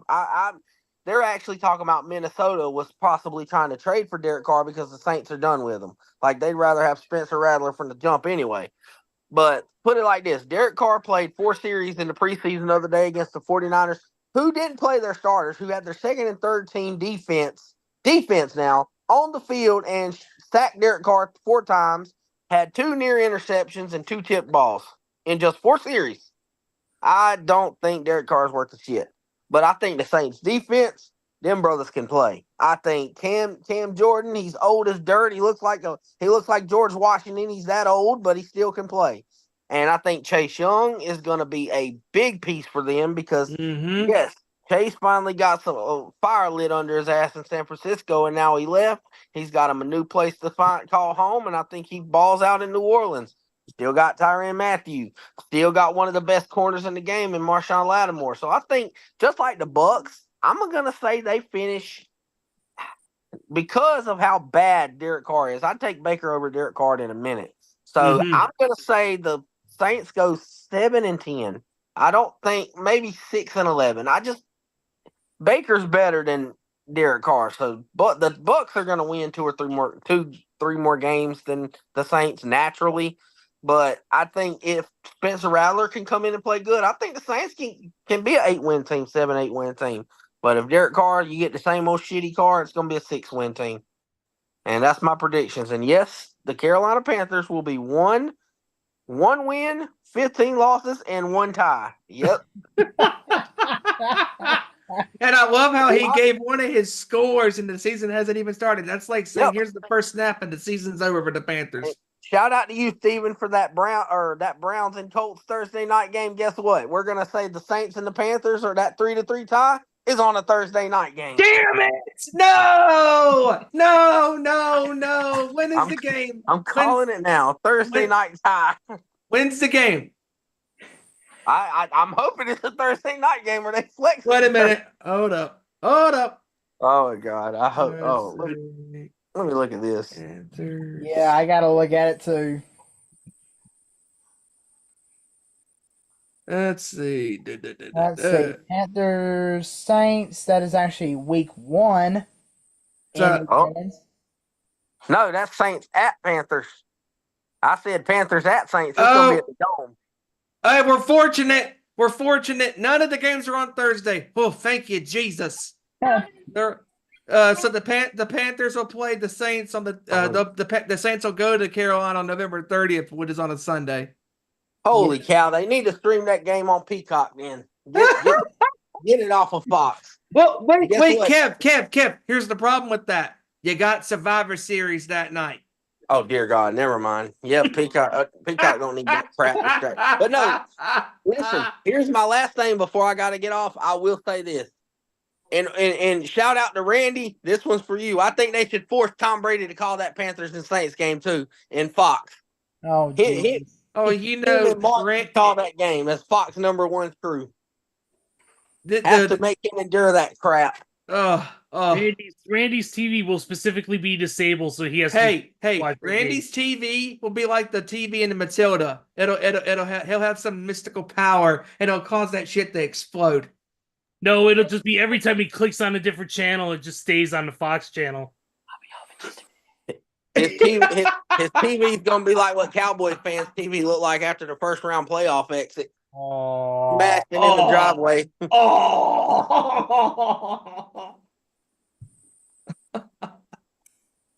But all right, guys, I'm gonna go ahead and get off here because I gotta help my wife tend to our little one. All right, my brother. Yep, see you next week. Yep. All right, Joey. I'm about to follow suit. I'm about to head out too, y'all. All right, Kevin. All right, Joey. See you next week, bro. See y'all next week, guys. Yep. Peace out. That's it. Yep. Yep. And for me as well. Again, me and Kev had the same front to top to bottom because I really think Atlanta is gonna have a great year this year because they have their quarterback finally. Because they had wide receivers, they had running backs last year, but they didn't have the most important piece, a quarterback.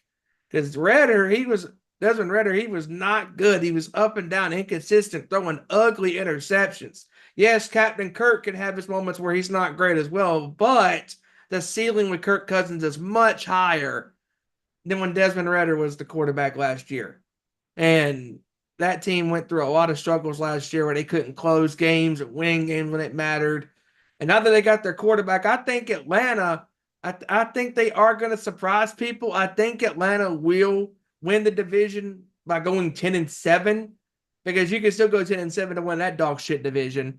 I think Tampa Bay is going to go 9-8. I think they're going to be tied up with Atlanta in a tiebreaker situation. Who gets the division? I think Atlanta. As a matter of fact, let me double check that just to check the schedule. Let's see, Falcons, Bucks schedule. Anyways, so I honestly think that Atlanta and the Bucks are going to be in a tie situation. So they play on October 3rd. That will be a Thursday night game. Thursday night game. Mhm. The Bucks will be at Atlanta, and then oh no, this defeats my purpose. Okay, so you got the Falcons at the Bucks on the 27th of October. So, but anyway, I think regardless record-wise, I think that coming down the stretch, I think the Bucks and the Falcons are going to be neck and neck with each other, and I think the Falcons will do just enough to get past Tampa Bay. The Saints, like Kevin said, Derek Carr last year was pathetic with the Saints after getting paid that monster 4-year deal. And he, like Atlanta last year, was dog shit most of the time and not consistent at all. He was throwing away games, literally throwing away ugly interceptions, including back-to-back pick sixes. That was ugly last year for Derek Carr and the Saints. The Saints do have talent on that defense. If anything, their defense is going to keep them in games. Their defense, I think, is pretty solid considering where they are on the offense. I mean, they still got Kamara, at running back. He's still a great running back in his own right. But I honestly, truly think that the Saints are not going to be good this year, like Joey and Kevin said. I think that at New Orleans, at best, will go 7-10, but at worst, they're going to go, I would say 5-12. I mean, because I just don't think they're going to get a lot of wins this year. It's just not going to be good. And speaking of not a lot of wins, that leads me to the bottom of the barrel, the Carolina Panthers. Carolina is not a good location when it comes to talent because of an owner, David Tepper. He is the worst professional football owner besides Jerry Jones. But instead, Tepper's, football product is complete hot garbage because Carolina last year was one of the worst teams in football in a long time. It's like they weren't even trying. I mean, you drafted Bryce Young last year thinking that, oh, that's our guy. That's our guy. When everybody was saying to you that was a football fan, that clearly is a football fan, was pointing you in the direction of C.J. Stroud. Because C.J. Stroud went out there, busted through the ceiling, and announced himself, here I am, y'all. And he proved everybody wrong that said, he's going to Houston. What's he going to do? He won the division in his first year as a rookie. He has more weapons to play with than Carolina does. Because Bryce Young, he's a decent quarterback, but he ain't shit when he's got a shitty offensive line. And they're not good. And I'm not jokingly saying this because say I'm a fan. No. Even if I was a fan of this organization, I would still call it down the middle like I see it. Because Carolina is a dumpster fire. Carolina is a literal breathing organization, literal hell. Because they are not good. They're not properly ran. They don't have nothing going for them because they have an owner that all he cares about is money. That's all David Tepper cares about is money. Because unlike David Tepper, when Richardson was, when Jerry, I think it was Jerry Richardson when he was the owner. Unlike Tepper, he actually went to 2 Super Bowls as the owner of the Panthers. When he stepped down, that organization went into the fire, literally, and is burning. Burning! Because David Tepper does not believe in winning football. This organization is in for another painful, long season. And I'm calling it right now. I almost want to say it. Okay. I am calling it right now that Carolina is going to join the club of the 0-17. But only if they win a game, they'll be lucky. I say, how worse can you get? 0-17. If they win a game or two, I say they go 1-16, 2-15. But I'm thinking 0-17. There's no way. There's no way. I say it worst of the worst, 0-17. If they squeak out a couple of games, I say 2-15. Yeah. Okay. Here are my picks. What were your picks again, Steven, by the way? Sorry. I have Atlanta going 10-7, the Bucks 9-8, the Bears going okay, I have the Bears going. You know what? I said 7-10. Oh no! You said the Bears. I'm talking about that. I'm talking about the NFC South. South, my bad. Ooh, my bad. That's how shitty the South is. But yeah, I got the Falcons at 10-7, the Bucks at 9-8. I say Chicago. I did it again. Damn it. The Saints. I said the Saints were going to go at worst. I would say 5-11 or 5-6. I say at best they're going to go 6-11. Okay. 5-12 at worst, 6-11 at best. And then Carolina, like I said, 0-17. So your order was the Falcons? Yes. So Falcons, Bucks, Saints, Panthers. You know what? I'm gonna flip-flop the first two. I'm gonna go with the Bucks at 1. See, that's why it's hard, because the Bucks, I think, have a high ceiling too. Because Bucks have a very good high ceiling. If Baker Mayfield has his moments, has a lot of bad moments, has some good moments. We'll see. I'm gonna go with the Bucks. I'm gonna give them maybe 9-8, 8-9. But see, that's the thing, is even if you go 9-8, you can still compete for this division. I mean, because that is how that's how wide open this division is, even for the Saints. Because the Saints, they're going to be in this fight with the Falcons and the Buccaneers. They're going to have to string a couple of more wins in a row just to be in the contingency for the division. Yeah, I definitely agree on that. Yeah, Falcons. It's gonna be close. So you know what? I'm gonna give the Bucks 9-8, Falcons 8-9. There you go. It's gonna be that razor thin close. Okay. Okay. The Saints, I'm gonna give them 6-11. Just because I mean the Saints, yes, like you said, Derek Carr, not the best. Plays really bad, but their defense is pretty stellar. And then of course the Panthers, I'm not gonna be as harsh as Kevin is. I'm gonna give them 3. It's gonna be a 3-14. So that's where I'm at with the NFC South. So, real quick before we wrap up the show tonight, real quick, I want to, we talk about last night, I don't want to get into the wrestling talk because I want to say that for our guys and gals sports show. But last night on Raw, there was a special guest in the audience, and that was former UFC welterweight champion, Ruthless Robbie Lawler. Once again, a UFC WWE TKO connection comes into play.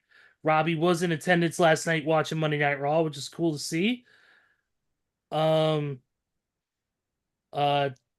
Just an overall thing. I believe there was a UFC pay-per-view this past weekend too, UFC 305. Excuse me, real quick before I actually went. I went back on my other computer just to clarify my record. I said 7-10 at best for New Orleans, at worst 5-12.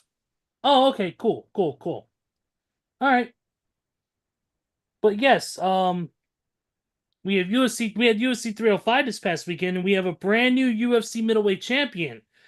Dricus Du Plessis beat Israel Adesanya in round 4 with a submission to claim the UFC middleweight championship. That was a hell of a fight. I did watch the fight on Sunday morning after I got off work. I did see the submission victory though that evening though.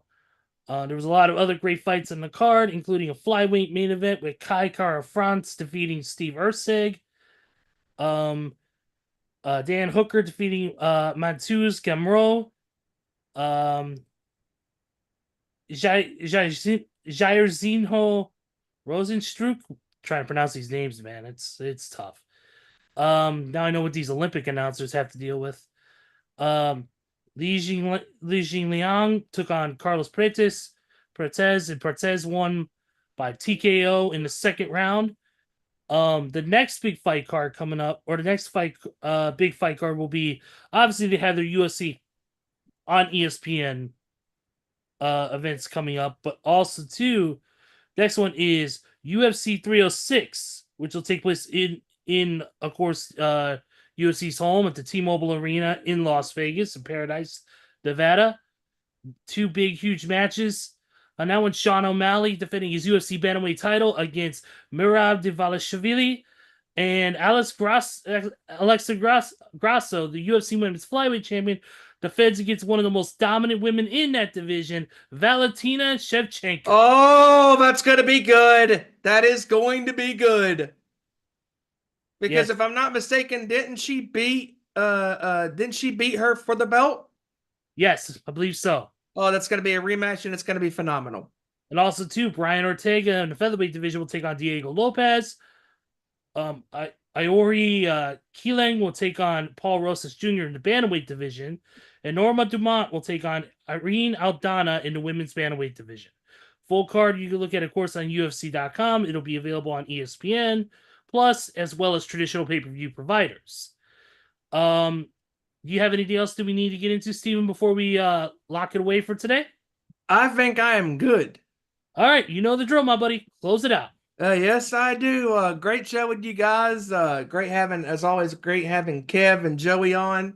And it was great during that first hour because we went up completely off the rails, just having fun. I mean, we always have fun when it's all of us here on the show. And of course, we can't forget about Randy being there in the chat and just being Randy, and how else would we have it? Because Randy is one of our dudes, and he's a great guy. And we love his cat Sprocket.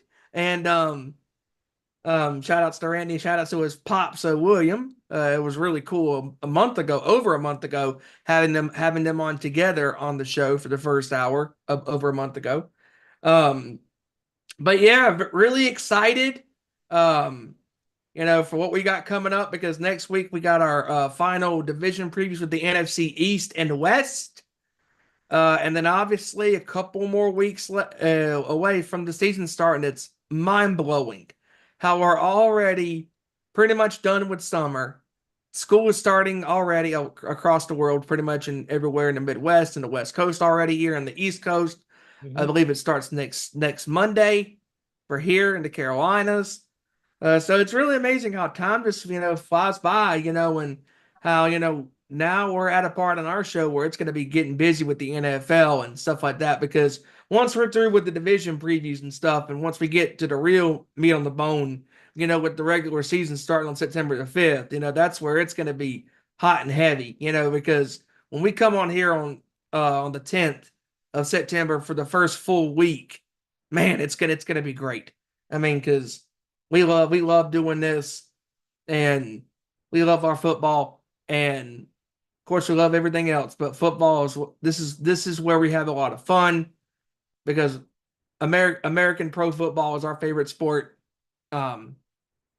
And just looking forward to another great year with you guys on this show. We've been doing this now. This is technically our 4th year doing this, and it's been awesome. And looking forward, to recapping or giving our predictions for next week for the final 2 divisions in the NFC. And hopefully I can get Lance Meadow on a pre-recorded interview down the line before the season starts. That way we can get his thoughts on the upcoming season.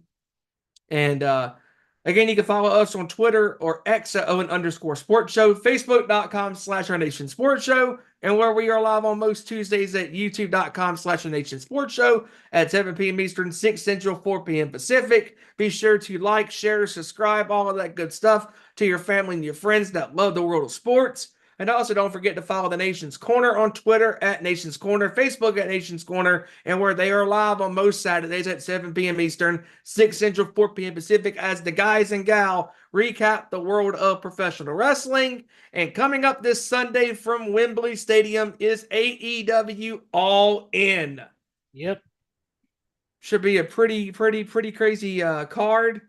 Some of the matches I'm looking forward to are MJF and Will Ospreay, Swerve and Bryan Danielson. And I would not be reminiscent if I didn't bring this up. Holy shit. Last week with that video package with Green Day's Good Riddance Time of Your Life for Bryan Danielson. Instant goosebumps. That was amazing. And also for me, something to look forward to for me this upcoming weekend and into Monday, I will be taking a road trip for a couple of days, going to Kentucky on Thursday. Me and my father are going to go to Kentucky Thursday from Thursday to Saturday. Because life? No. So for those that don't know, there is a newer modern kind of Southern rock blues, rock band out of Kentucky, out of the Lexington area called Mojo Thunder. They have a blues rock, and it is all around great band. I mean, great vocals, great guitar playing, drums are good, bass is good. They're just a good band, good solid band. They had a new album that came out last week called The Infinite Hope, and it's a great record, front to back. Every song flows right from one to the next. And I discovered these guys last year when I was at the Winery Dog Show in Charlotte. And I was talking to a nice lady outside before we went indoors for the show. And I said, well, what bands have you been jamming to these days? And she said, well, of course, I love Rival Sons. I said, of course I do too. We talked about our love for Rival Sons, and I was talking to her about Dirty Honey and the Struts, and I was like, what else bands do you like to listen to these days? And she said, a couple bands. She said the Dirty Streets, they're from Memphis, Tennessee. They're also a good band. They're like a blues rock, garage kind of rock band. They're a good band. But the one band that she said that stuck with me is Mojo Thunder, because the name is cool. And it clicked with me right away. And she showed me one of their songs off their debut album, Hymns from the Electric Church. The album title itself stuck with me because I just love the title. And the song that she showed me was a song called Jack's Axe. That's a good song. Just if you're looking for a good solid, modern rock band that loves classic rock and blues and does their own sound, you'll love this band. I mean, just a really good band. And this past Saturday, they played in Lexington, their hometown in Kentucky, and it was an album release show. And then this Friday, they're doing the same thing in Louisville down there. They're doing an album release show down there. And I'm just, I figured, haven't been on a road trip in a while, go down, support, go down, make some memories with Dad, enjoy a nice road trip. Haven't done it in a minute. Go down Friday for the, just to be there for Friday for the show, and looking forward to, to catching these guys live, and supporting the guys. And that's the thing I've always believed in. If you truly love a band, especially newer bands, and I would even say, older bands too, if that's your band. I've always said, if you love a band, especially a newer band, and it's drivable, support them. Go there, be there, support them, because this is a band that doesn't do a lot of, to my knowledge, doesn't do a lot of shows here in America. I mean, if they do shows in America, it's going to be primarily in the South, like Georgia, Kentucky, stuff like that. Well, they're going to be playing in, like I said, Kentucky this week. Last week, Lexington, this Friday in Louisville. They're going to be in Chicago at this festival. Don't know the festival right off, but they're going to be in Chicago. There's a festival going on from September 6th through the 7th. And they're going to be one of the headlining acts. I believe they're playing the 6th. And then after that, then they go out of the country to Europe. So I figure, why not? Catch these guys. Love the band, love what they do. If you are in the Lexington, Louisville area, I would definitely recommend going to check these guys out. They're a great band. I think you'll like these guys because you love a singer that has a good, clean voice, and with you being a singer too. Mm-hmm. And also, Monday, I'm going to be going to the Charlotte stop. After I'm back from Kentucky, I'm going to the Green Day show where they're Nice. going to be playing Dookie and American Idiot in its entirety. And it's me and my buddy Bo. Shout outs to Bo if he watches this later on or is watching it right now. We're going to be going to the show Monday. It's going to be an awesome show. Yep. Rancid opening up. The Linda's opening up. Smashing And Pumpkins. the Pumpkins will not be on the amphitheater dates. Oh. The Pumpkins are only doing the stadium dates. And honestly, personally, I'm glad it's not a stadium show. I'm glad it's at the amphitheater because a stadium, it's hit or miss. I mean, like it depends on when you get there, what time do you leave. With it being an amphitheater, you could say the whole show and you won't be a problem getting out. Because if it was a stadium, yeah, I still probably would have gone because, I mean, I can't pass that up. Playing Dookie and American Idiot in its entirety, come on. I mean, that'll never happen again. Like 20 years of American Idiot, 30 years of Dookie. I mean, it's incredible. What Green Day's doing, and obviously playing new stuff on the new record, Saviors as well. So I'm really excited, for these next couple of shows. And like I said at the top of the hour with you, and glad you were able to give your thoughts on a hell of a weekend in Chicago a week and a half ago with Metallica. I mean, just, man, this is why we love music. Music is our passion, and so is wrestling. So with that being said, enjoy the rest of the sports. Enjoy the wrestling. Have a great rest of your weekend. Wrap it up, my friend Ezra. Will do, buddy. Thank you so much. Real quick, my plans only for this coming weekend is Friday.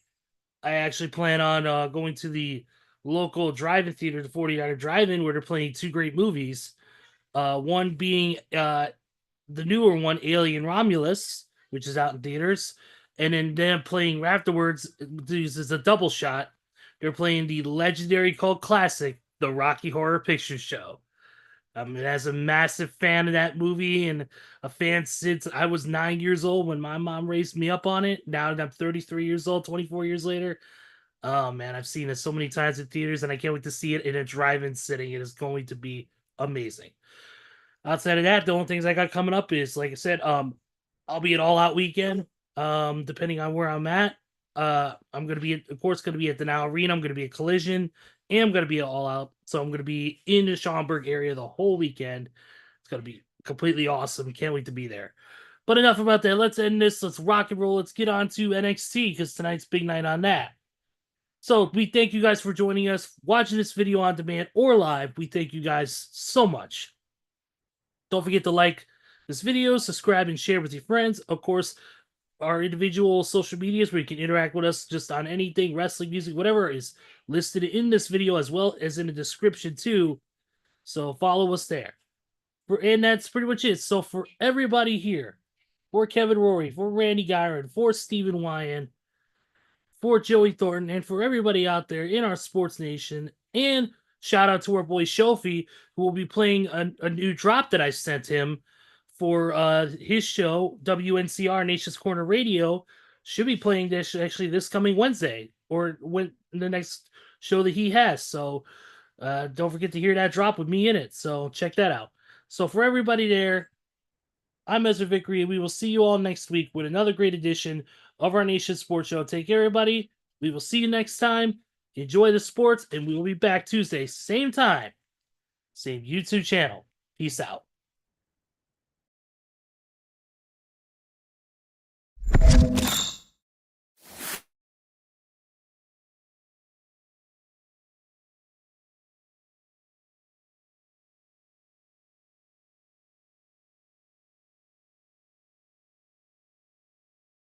Turn me up.